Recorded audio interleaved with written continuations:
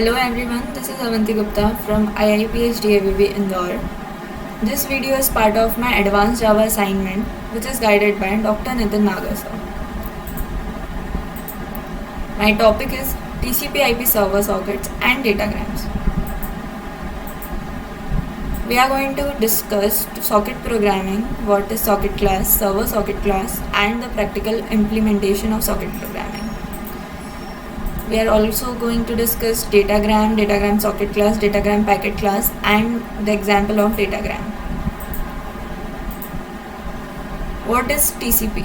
TCP is a network protocol that stands for Transfer Control Protocol, which allows well-founded communication between applications. The communication mechanism between two systems using TCP can be established using sockets, and this is why it is known as socket programming. Socket programming. A socket is simply an endpoint for communication between the machines. A socket is bound to a port number so that the TCP layer can identify the application that data is destined to be sent to.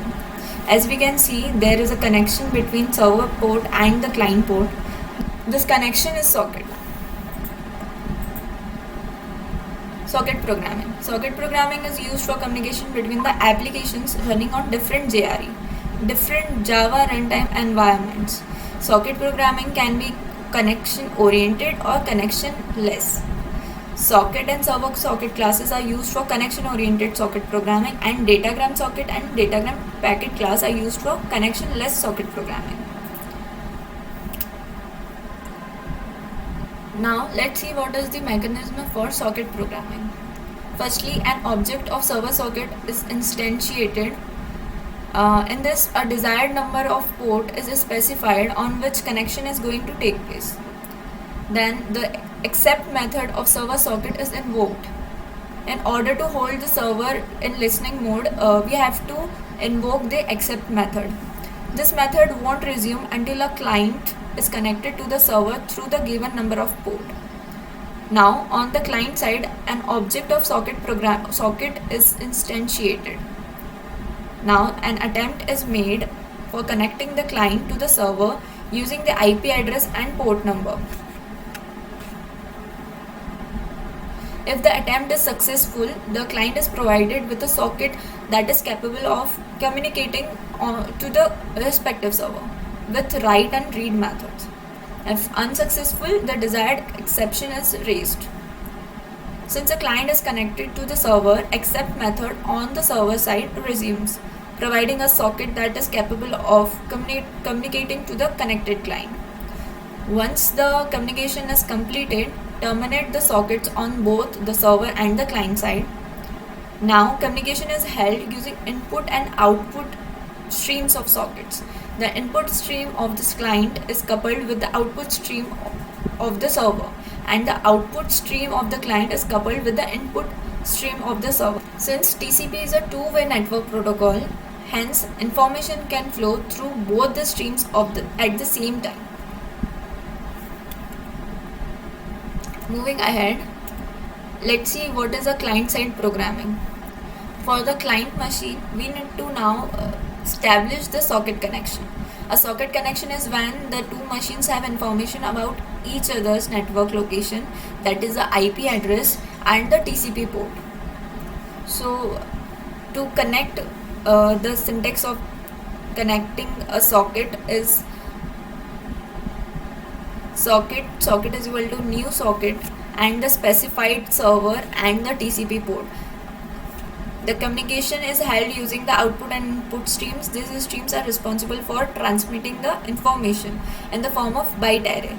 An object can also be transmitted through these streams, but it needs to be serialized from transmitting and deserialized after it has been received. Input and output streams are made available through socket instances. Let's see now what is a server-side programming. To write a server application, two sockets are needed: a server socket which waits for the client request, a plain old socket to use for communication with the client. For the server-side programming, server socket is required, which will wait for the client in the listening mode on a particular TCP port. This server socket holds until a client socket is connected successfully. As soon as the client is connected, another socket comes into existence that will enable data sharing between the respective client and server. A temporary socket is created to handle the request from that particular client, and our main server socket will be free again to listen to other requests. Hence, we have server socket and server packet on the server side. Moving ahead, let's see what is a socket class. The socket class can be used to create a socket. We have three important methods in socket class: public input stream, get input stream, public output stream, get output stream, public synchronized void close. In first method, it returns the input stream attached with this socket. In public output stream, get output stream, it returns the output stream attached with the socket, and in public synchronized void close, it closes the socket. Further, we have server socket class. The server socket class can be used to create a server socket. This object is used to establish communication with the clients. The two important methods with the server socket class are public socket accept, which returns the socket and establish a connection between server and client, and public synchronized close, which closes the server socket. Now let's see what is a datagram. Datagrams are a collection of information sent from one device to another device via the established network. When the datagram is sent to the targeted device, there is no assurance that it will reach to the targeted device safely and completely. It may get damaged or lost in between. Likewise, the receiving device also never know if the datagram received is damaged or not.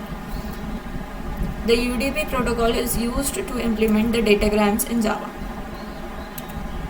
Now let's see what is a datagram socket class.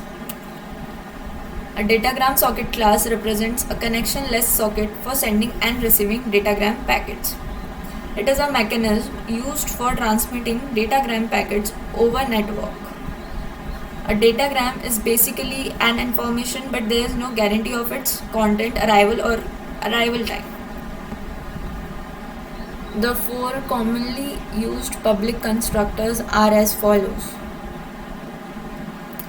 Now, datagram socket class methods. We have 6 commonly used methods: void close, void bind, void connect, void get local port, int get port, and boolean is closed. These are the basic methods which are used in datagram socket class. Now moving ahead, we have datagram packet class.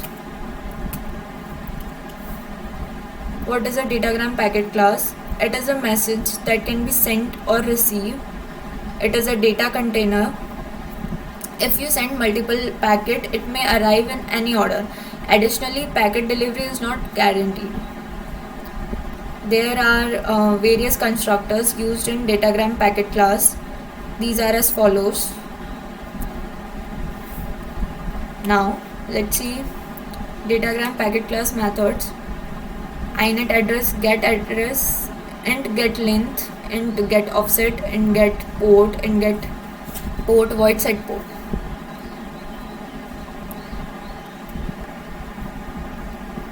Now let's see the practical implementation of socket programming. To create the server application, we need to create the instance of server socket class. Here we are using 6666 port number for the communication between the client and the server. You may also choose any other port number. The accept method here waits for the client. If client connects with the given port number, it returns an instance of the socket. This is my client application. To create the client application, we need to create the instance of socket class. Here we need to pass the IP address of the host name of the server and a port number. We are using localhost because our server is running on the same system. Now implementing the program where client sends a text and server receives and prints it. So this is my server application.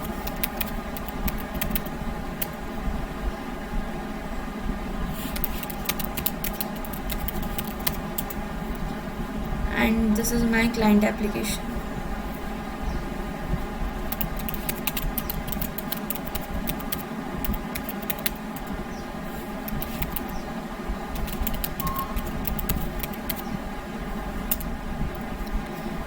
In server we have the message hello server from client.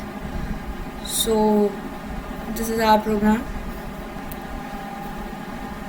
Now let's see a example of datagram.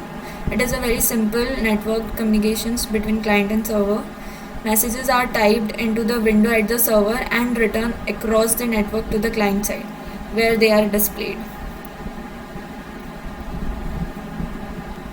So implementing this,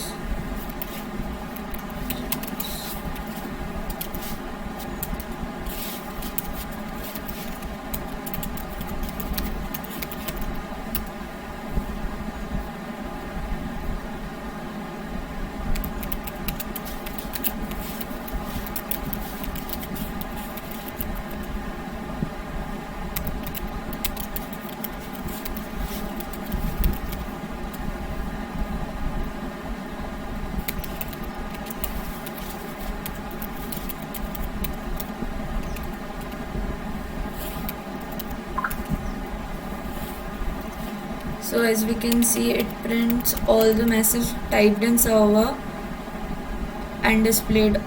These are in client side. This will be the server. Anything that is typed in server window will be sent to the client window after a new line is received.